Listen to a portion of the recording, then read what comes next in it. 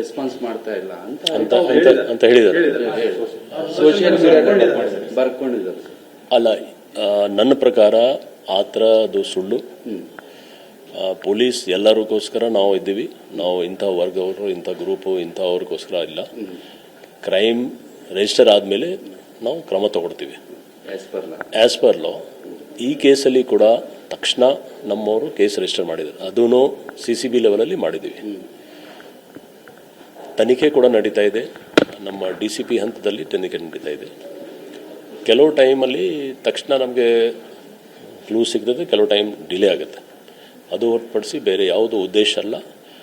ಆ ಥರ ಇದ್ದರೆ ದಯವಿಟ್ಟು ನನ್ನ ಒಂದು ವಿನಂತಿ ಇದೆ, ಆ ಥರ ಯಾರು ಅವರು ಈ ಕೇಸ್ ಇರಲಿ ಅಥವಾ ಬೇರೆ ಯಾವುದು ಕೇಸ್ ಇರಲಿ, ಯಾವುದು ಕೇಸಲ್ಲಿ ಪೊಲೀಸ್ ಆ ಥರ ಮಾಡಲಿಕ್ಕೆ ಸಾಧ್ಯನೇ ಇಲ್ಲ ಅಂತ ಯಾರು ಆ ಥರ ಮಾಡಿದರೆ ಅವ್ರ ಮೇಲೆ ನಾವು ಕ್ರಮ ತಗೊಳ್ತೀವಿ.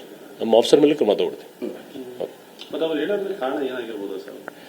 ಗೊತ್ತಿಲ್ಲ, ನನಗೆ ಗೊತ್ತಿಲ್ಲ ಸರ್. ನಿಮ್ಗೆ ಭೇಟಿ ಮಾಡಿದ್ರು ಏನು ಸರ್?